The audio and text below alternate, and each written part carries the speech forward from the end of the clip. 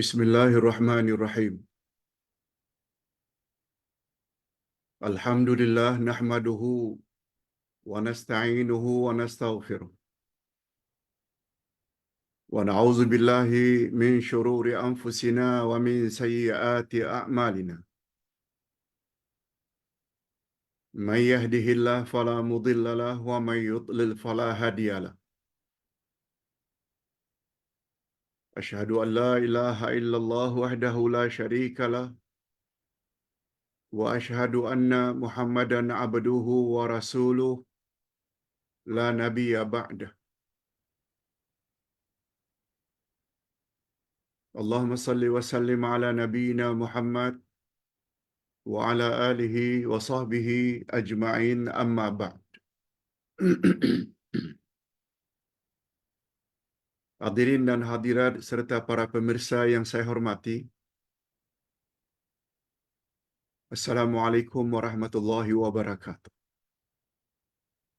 Alhamdulillah, kita bersyukur kehadirat Allah Azza wa Jalla. Dengan berkat taufiknya kita dapat meneruskan lagi dengan pelajaran tafsir Al-Quran, tadabbur Al-Quran, yang menjadi syarat pertama dan utama dalam azam kita untuk jadi muslimin muslimat yang lebih baik pada tahun baru ini. Tadabbur Al-Quran, tafsir Al-Quran.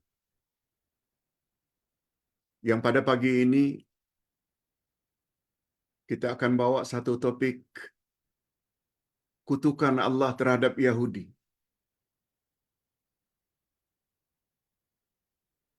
Dan kebahagiaan yang hakiki. Dua perkara besar yang akan kita bahas pagi ini. Laknat atau kutukan Allah terhadap Yahudi. Itu janji Allah. Dan yang kedua, apa maksud kebahagiaan yang hakiki? Bagaimana cara untuk memperolehinya? Hadirin dan hadirat, pelajaran pagi ini berdasarkan kitab Tafsir Al-Furqan juz yang ke-6. Muka surat 277 hingga 288. Ustaz yakin para jemaah semua sudah baca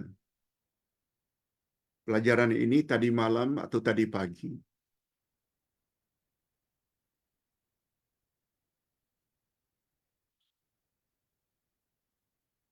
Oleh sebab itu, Ustaz akan jelaskan secara ringkas saja. Sebab 10 muka surat tak cukup dalam masa 1 jam. Muka surat 277 menyebut berdasarkan surat Al-Ma'idah atau surah 6 ayat 64 hingga 66. 3 ayat saja. Allah Subhanahu wa taala menceritakan tentang mengapa dia kutuk dan laknat Yahudi. Mengapa? Oleh sebab itu, kalau Yahudi dilaknat oleh Allah atas sebab-sebab sebagaimana yang tertera di dalam kitab atau Al-Quran, agar kita jangan dikutuk, jangan dilaknat, jangan miliki sifat Yahudi. Dan yang kedua, kebahagiaan yang hakiki. Apa syarat-syarat untuk mendapat kebahagiaan yang hakiki? Itu yang akan kita bahas pagi ini berdasarkan ayat yang ke-64 hingga 66. Lihat Tafsir Al-Furqan juz 6 halaman 277. Kita langsung saja kepada mukaddimah.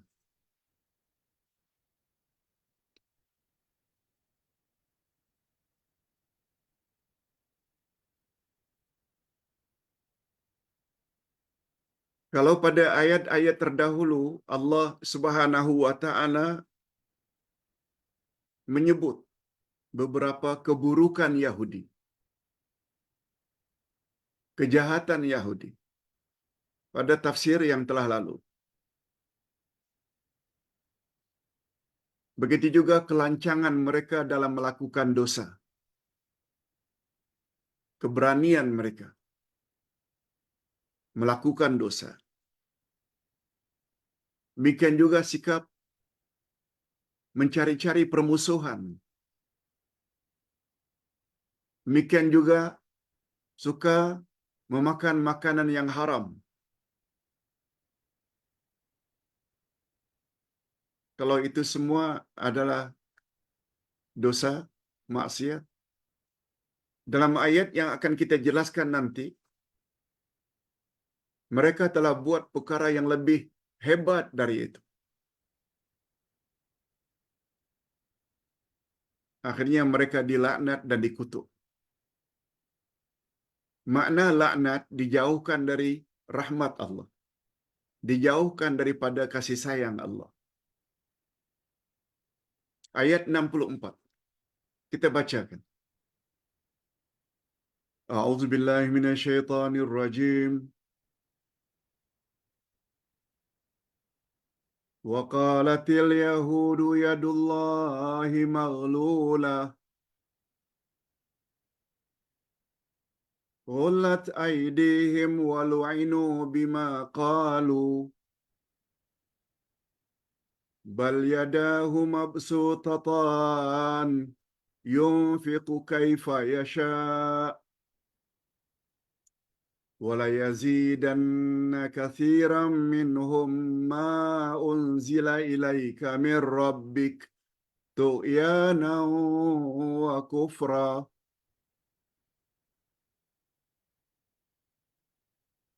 وألقينا بينهم العداوة والبغضاء إلى يوم القيامة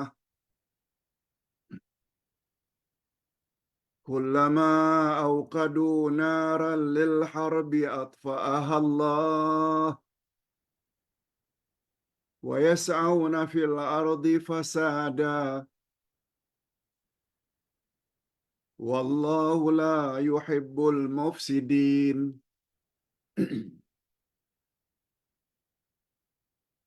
Ustaz terjemahkan dulu secara harfiah, literal translation, untuk memudahkan kita memahami nanti dalam tafsirnya, dalam tadabbur. Orang-orang Yahudi berkata, tangan Allah terbelenggu. Sebenarnya tangan merekalah yang terbelenggu. Dan merekalah yang dilaknat disebabkan apa yang telah mereka katakan itu. Tidak demikian.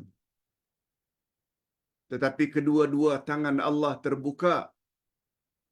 Dia menafkahkan sebagaimana dia kehendaki. Dan Al-Quran yang diturunkan kepadamu dari Tuhanmu sungguh-sungguh akan menambah kedurhakaan dan kekafiran bagi kebanyakan di antara mereka. Dan kami telah timbulkan permusuhan dan kebencian di antara mereka sampai hari kiamat. Setiap mereka menyalakan api peperangan, Allah memadamkannya, dan mereka membuat kerosakan di muka bumi. Dan Allah tidak menyukai orang-orang yang membuat kerosakan.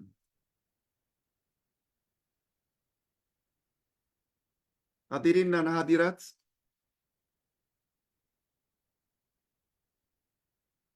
izinkan Ustaz untuk menafsirkannya secara ringkas.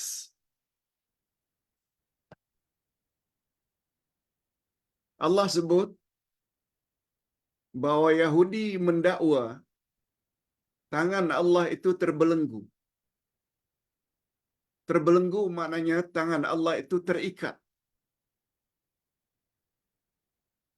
Tangan Allah terikat dengan maksud. Dalam tafsiran, Allah itu bakhil. Allah itu lokek. Allah itu kedekut. Kata Yahudi.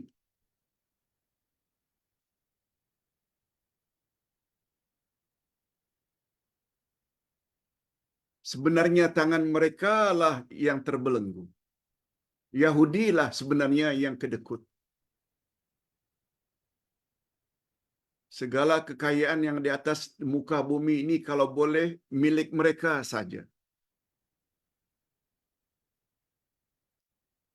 Itu sebabnya Yahudi dijadikan monyet dalam pelajaran yang lalu. Apa di antara ciri-ciri khas monyet? Tamak, makan, makan, makan. Dah kenyang pun terus makan, simpan di sini, simpan di sini, mengembung di sini. Kalau boleh semua kekayaan mereka yang punya. Itu sebabnya mereka dijadikan monyet.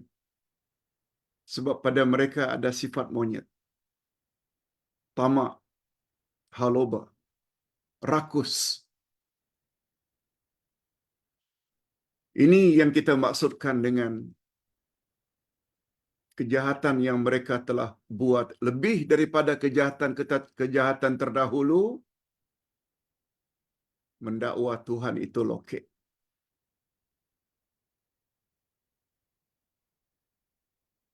Padahal sebenarnya mereka lah yang lokek, kedekut, bakhil. Walu'inu bima qalu. Atas sebab itu mereka layak mendapat laknat, kutukan daripada Allah. Itu sebab hati-hati. Kita jangan sifati Allah dengan sifat-sifat yang buruk.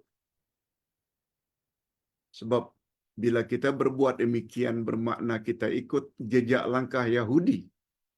Dan selanjutnya juga layak mendapat laknat daripada Allah. Lalu Allah ceritakan, Bal yadahu mabsutatan yunfiqu kaifa yasha'. Tetapi sebenarnya tangan Allah itu terbuka luas. Dia memberi infak. Dia memberi rezeki kepada siapa yang dia kehendaki.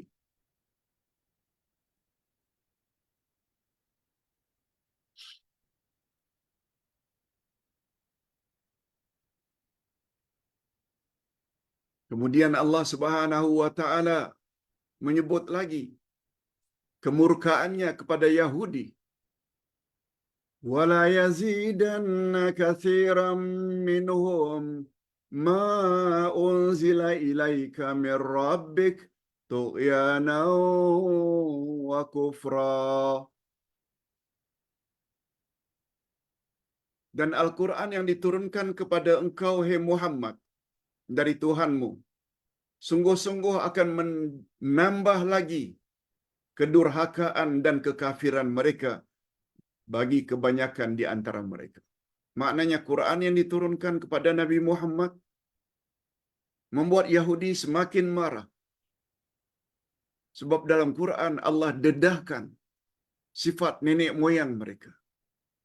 Mereka pernah dijadikan khinzir, babi. Pernah dijadikan kera.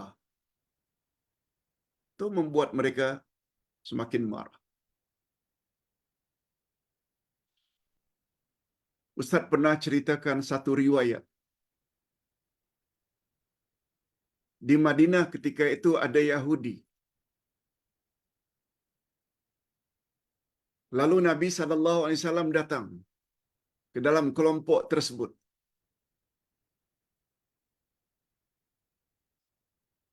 Lalu Nabi panggil mereka.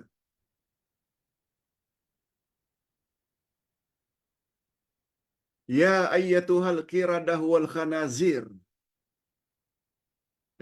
Anak cucu monyet. Anak cucu khinzir.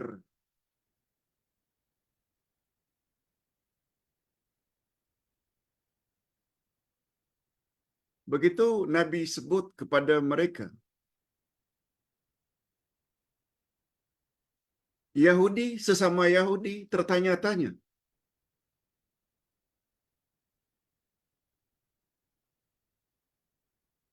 Dari mana Muhammad tahu atau nenek moyang kita dulu pernah Allah robah menjadi khinzir dan monyet? Mereka akhirnya berkelahi sesama mereka. Saling tuduh-menuduh. Mesti ada di antara kita ini yang telah buka rahasia.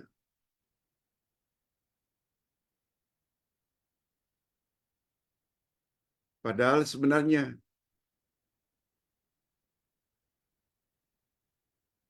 nenek moyang mereka dulu itu jadi monyet dan kera, maaf khinzir, karena diberitahu oleh Allah melalui wahyu. Ini yang dimaksudkan terhadap apa yang telah diturunkan kepada engkau, hai Muhammad, membuat mereka semakin marah terhadap kamu, hai Muhammad. Allahu Akbar. Na'udzubillah min zalik.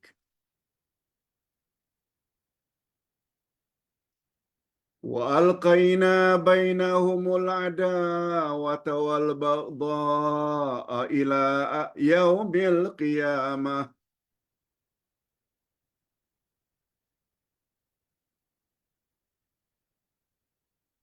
Dan kami telah timbulkan permusuhan dan kebencian di antara mereka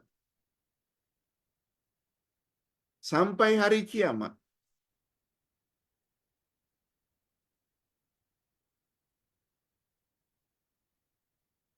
Allah Subhanahu wa taala sengaja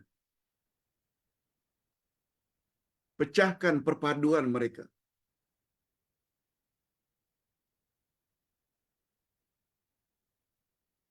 Sebagaimana dalam isu Palestin hari ini. Pihak Netanyahu dengan dibantu oleh kuasa-kuasa besar dunia menyerang Gaza, menyerang Palestin. Tapi sungguh banyak dari kalangan pemuka-pemuka Yahudi yang tidak setuju. Terutama daripada ahbar dan rohban mereka. Orang-orang alim mereka menentang.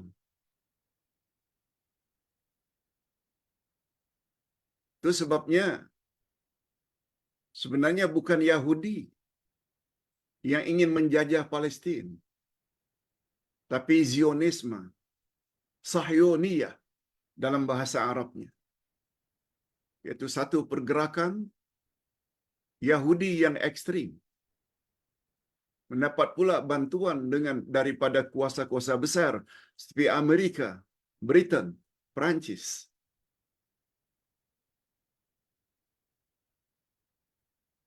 Ayat menyebut akan kami laga-lagakan di antara mereka.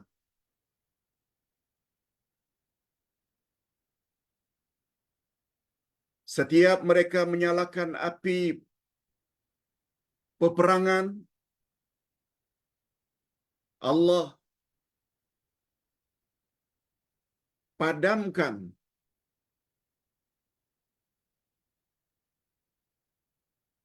sebabnya hadirin dan hadirat. Hakikat ini diketahui oleh orang-orang Palestin di Gaza. Sebab mereka yakin mereka di pihak yang benar. Bagaimanapun besarnya kuasa yang ada pada Palestin, pada Israel yang dibantu oleh kuasa-kuasa besar, kuasa Allah lagi hebat. Pada suatu hari mesti akan berhenti. Allah dah janji dah. Setiap mereka menyalakan api peperangan, Allah akan memadamkan.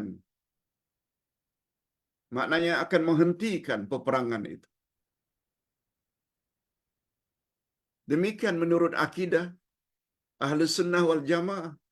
Dan ini yang dimiliki oleh saudara-saudara kita Palestin Gaza. walaupun banyak di kalangan mereka yang mati dibunuh. Dan mereka membuat kerosakan di muka bumi. Hari ini semakin nyata. Bom sekolah, bom hospital, bunuh anak-anak kecil, bunuh orang tua, bunuh wanita. Peraturan mana yang membolehkan itu semua? Kita harapkan mudah-mudahan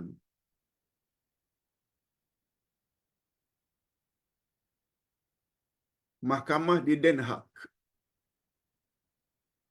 akan memenangkan pihak Palestin. Amin ya rabbal alamin. Dan Allah tidak menyukai orang-orang yang membuat kerosakan.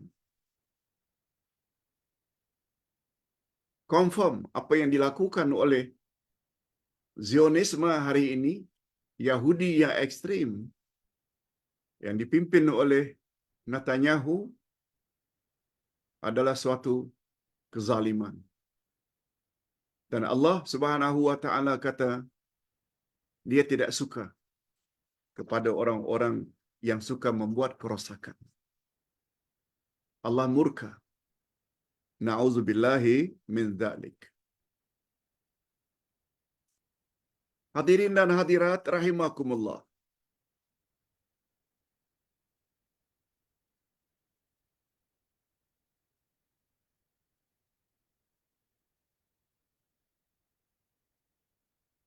Pada ayat yang berikutnya,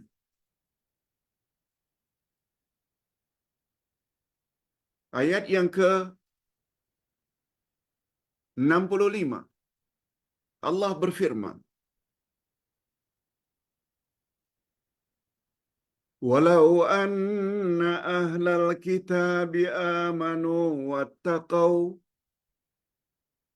lakaffarna anhum sayyi'atihim wala adkhalnahum jannatin na'im."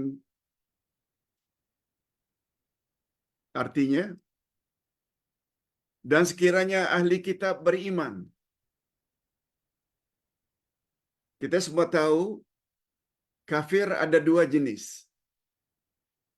Kafir ahli kitab dan kafir musyrikin. Kafir ahli kitab hari ini adalah Yahudi dan Nasrani. Sebab mereka pernah mendapat kitab dari langit. Yahudi mendapat Taurat dan Nasrani Kristian dapat Injil. Satu lagi musyrikin. Maknanya orang-orang yang beragama tidak ada nabi dan tidak ada kitab dari langit. Seperti Abu Jahal, Abu Lahab, penyembah berhala. Seperti Majusi, penyembah api. Seperti hari ini Hindu, Buddha. Itu musyrikin. Orang kafir terbagi dua, ahli kitab dan musyrikin. Lalu Allah Subhanahu wa taala sebut ahli kitab. Andai kata ahli kitab Yahudi ke Nasrani ke amanu, beriman, wattaqau dan bertakwa. Buat suruhan Allah, jauhi larangannya. Lalu apa yang mereka akan dapat bila mereka beriman pada Taurat, Injil dan Al-Quran yang diturunkan kepada Nabi Muhammad sallallahu alaihi wasallam dan mereka ikut ajaran Nabi Muhammad? Niscaya kami akan tutup kesalahan-kesalahan mereka itu. Walau banyak macam mana pun. Dan kami akan masukkan mereka ke dalam syurga yang penuh dengan nikmat. Ini yang Ustaz maksudkan dengan kebahagiaan hakiki. Ingat selalu hadirin dan hadirat. Manusia dicipta oleh Allah untuk hidup kekal abadi selama-lamanya. Hanya saja mereka mesti berpindah dari satu alam ke alam berikutnya.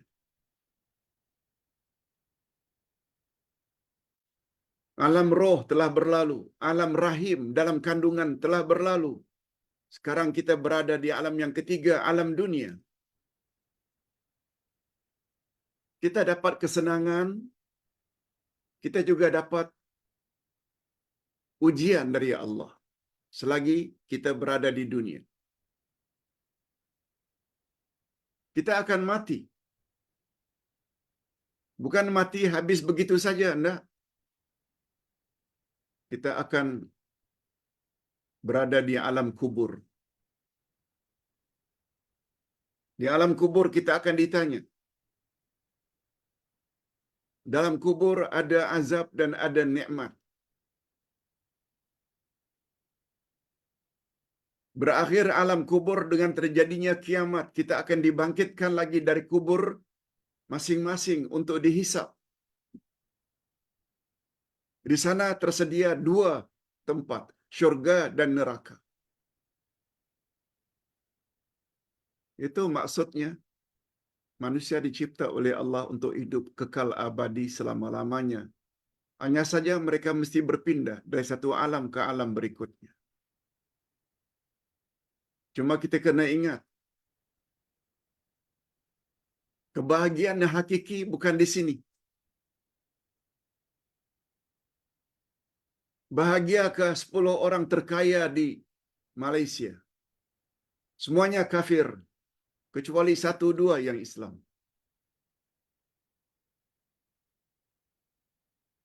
Andai kata mereka mati dalam kekafiran, menunggu azab di alam kubur lagi, dan menunggu neraka di akhirat nanti untuk selama-lamanya. Kita doakan mereka semua, mudah-mudahan mereka masuk Islam, beriman pada Allah, beriman pada Nabi Muhammad sallallahu alaihi wasallam, mengucap 2 kalimat syahadat. Tapi kalau tidak, tempat mereka adalah neraka. Itu sebabnya Allah sebut dalam ayat ini, andai kata ahli kitab, sebab kita sedang bercakap tentang Yahudi, mereka beriman kepada Taurat yang diturunkan kepada Nabi Musa. Seterusnya mereka terima Nabi Isa dengan kitab Injilnya. Kemudian mereka terima Al-Quran dan percaya kepada Nabi Muhammad sallallahu alaihi wasallam. Kemudian mereka laksanakan. Kalau itu amanu, iman, wattaqau, buat apa yang Nabi suruh, Nabi Muhammad suruh, jauhi apa yang Nabi Muhammad larang. Niscaya kami akan hapus dosa-dosa mereka walau banyak macam mana pun, dan kami akan masukkan mereka ke dalam syurga. Hadirin dan hadirat, syarat yang sama untuk kita orang Islam.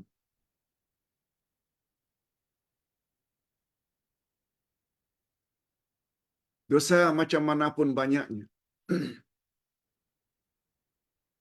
yang kita pernah lakukan, berjudi, berzina, minum arak, hatta syirik, dengan belajar dan belajar, kita tobat nasuha. Allah akan hapuskan semua kesalahan masa lalu.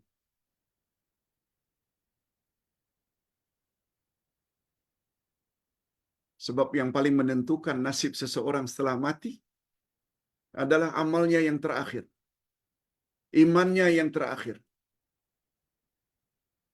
Itu sebabnya andai kata orang-orang kaya kafir, sebelum dia mati dia tobat, mengucap 2 kalimat syahadat, masuk Islam, hapus semua dosa-dosa yang telah berlalu. Mereka taubahnya seperti bayi yang baru dilahirkan oleh ibu, tanpa dosa. Andai kata mereka dapat hidayah. Begitu juga umat Islam. Andai kata di masa muda dulu banyak buat maksiat, dedah aurat, buat syirik, khurafat, pakai tangkal, percaya ramalan bomo, semuanya itu adalah syirik. Tapi setelah mengaji dan mengaji, belajar dan belajar, dapat pula guru seorang murabbi yang mengajar Quran dan Sunnah. Lalu mati dalam keadaan demikian. Imannya yang sudah mula baik, cara ibadatnya dah mula sempurna, ikut cara Rasul. Akhlaknya pula baik, sebagaimana yang kita jelaskan semalam, akhlak mulia, mereka juga akan ditutup segala kesalahan mereka. Ini kita boleh lihat pada ayat 8.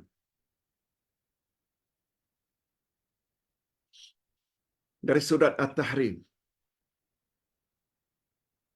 Ya ayyuhalladzina amanu tubu ilallahi taubatan nasuha.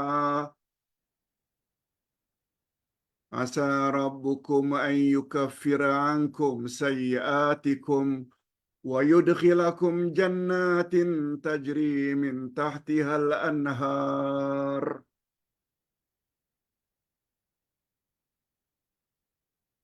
Hei orang-orang yang beriman, bertobatlah kepada Allah dengan tobat nasuha. Mudah-mudahan Allah tutupi segala dosamu dan Allah masukkan kamu ke dalam syurga yang mengalir di bawahnya sungai-sungai. Surat At-Tahrim ayat 8. Syaratnya sama.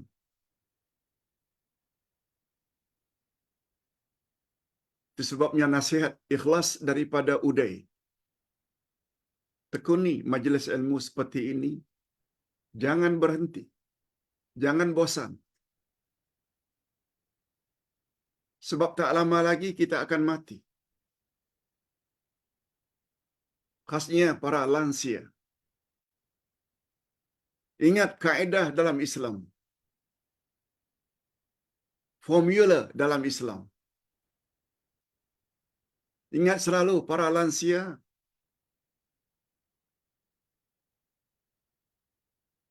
Ustaz karena punya prinsip berdasarkan formula ini,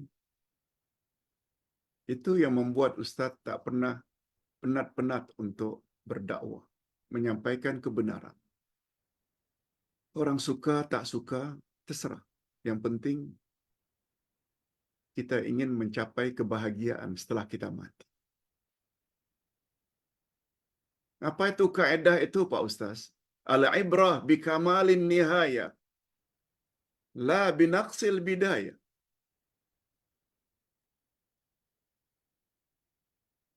Yang menjadi ukuran di sisi Allah adalah kesempurnaan pada akhir hayatmu, bukan yang jadi ukuran di sisi Allah serba kekurangan di masa mudamu. Banyak yang dulu tidak tutup aurat. Ada di antara kita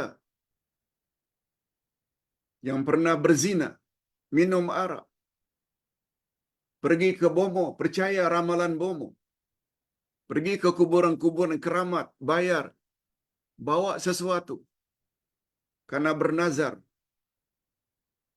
Semuanya itu adalah syirik. Pernah pakai tangkal, tobat. Itu sebabnya kata Sayyidina Ali dan Sufyan bin Uyainah, apa kata beliau? Tidak ada nikmat yang paling besar setelah saya memeluk Islam, kecuali adanya nikmat tobat.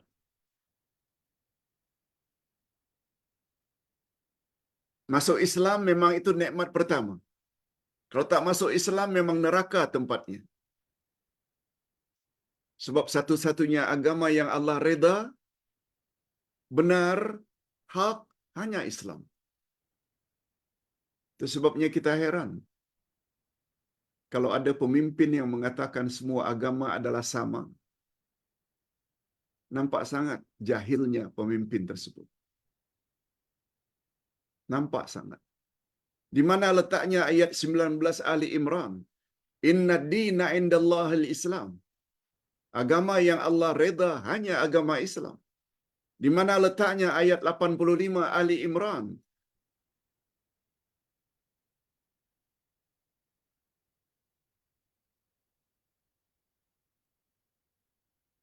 Wa may yabtaghi ghairal islami dina falan yuqbala minhu wa huwa fil akhirati minal khasirin. Siapa yang mencari agama untuk dianutnya bukan agama Islam, Allah tidak akan terima agamanya itu dan di akhirat nanti dia pasti rugi. Di mana letaknya ayat 102 Ali Imran? Wala tamutunna illa wa antum muslimun. Jangan kamu mati kecuali beragama Islam. Islam nomor satu. Itu nikmat nomor satu. Jaga keislaman kita, jaga keislaman suami istri, keluarga, anak cucu. Jangan pindah agama. Itu nikmat nomor satu. Nikmat yang kedua, kata Sayyidina Ali dan Sufyan bin Uyainah, adalah nikmat tobat. Banyak macam manapun dosa kita dahulu, dengan tobat nasuha, Allah hapus. Oleh sebab itu bertobatlah sebelum terlambat. Sebab ada ketikanya pintu tobat tutup, yaitu ketika naza', sakaratul maut.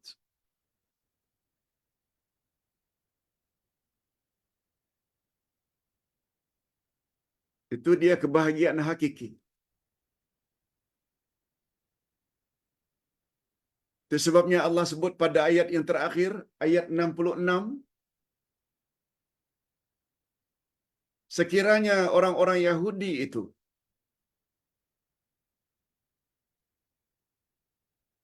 mereka sungguh-sungguh menjalankan kitab Taurat dan Injil dan Al-Quran yang diturunkan kepada Nabi Muhammad, niscaya mereka akan murah rezeki. Ini janji Allah. Dan Allah tak pernah mungkir janji. Coba dengar ayatnya. Walau annahum aqamut Tawrata wal Injil wa ma unzila ilaihim min rabbihim la akalu min fawqihim wa min tahti arjulihim minhum ummatum muqtasidah wa kathirum minhum sa'a ma ya'malun.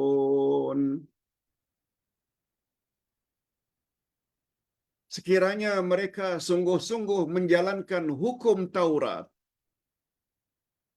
yang diturunkan kepada Musa dan Injil yang diturunkan kepada Nabi Isa dan Al-Quran yang diturunkan kepada mereka dari Tuhannya,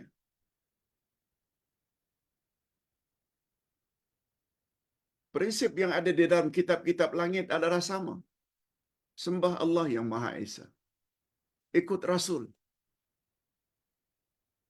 Bila itu yang mereka ikut, apa kata Allah? Niscaya mereka akan mendapat makanan dari atas mereka, yakni turun dari langit, hujan, dan dari bawah kaki mereka, yaitu bumi, tumbuh tanam-tanaman. Ini jaminan Allah. Di antara mereka ada golongan yang pertengahan, muqtasid. Dan alangkah buruknya apa yang dikerjakan oleh kebanyakan mereka. Tapi yang jenis ini tak banyak. Contoh, antara lain, dari kalangan Yahudi di zaman Nabi, namanya Abdullah bin Salam, Yahudi yang memeluk Islam. Najasyi dari kalangan Nasrani Kristian, Salman Al-Farisi, backgroundnya penyembah api, Majusi dari Iran. Tak ramai.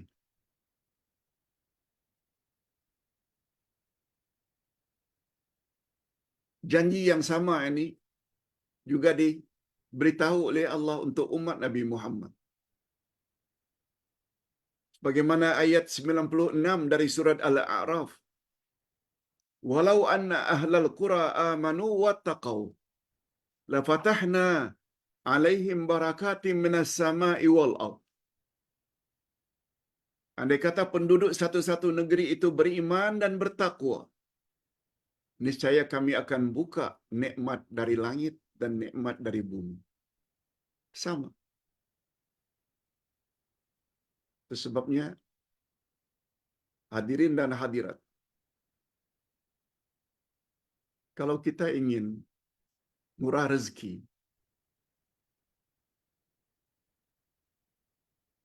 kuatkan iman,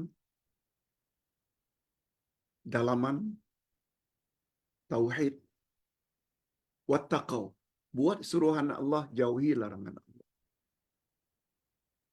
Walaupun hari ini dikatakan ekonomi sangat merudum, insya-Allah bila kita ada dua sifat ini, iman dan takwa, kita tidak akan kesulitan sampai kebuluran sampai mati. Sebab yang penting itu bukan kaya, tapi mencukupi. Ini janji Allah. Setiap malam kita baca ayat 195 dari surat Ali Imran atau ayat 94.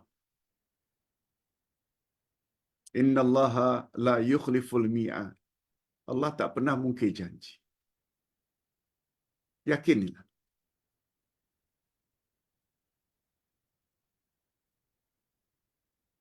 Cuma Allah Subhanahu wa taala sebut dalam ayat, yang punya sifat seperti itu, iman dan takwa dari kalangan ahli kitab, sedikit. Golongan muqtasid itu sedikit. Tapi majoriti dari kalangan mereka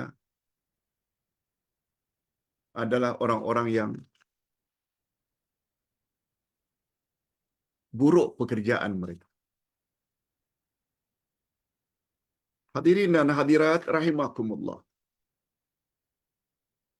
Ini dulu yang dapat Ustaz sampaikan. Sebenarnya banyak lagi. Maklum 10 muka surat. Dari muka surat 277 hingga 288. Miliki buku ini. Tafsir.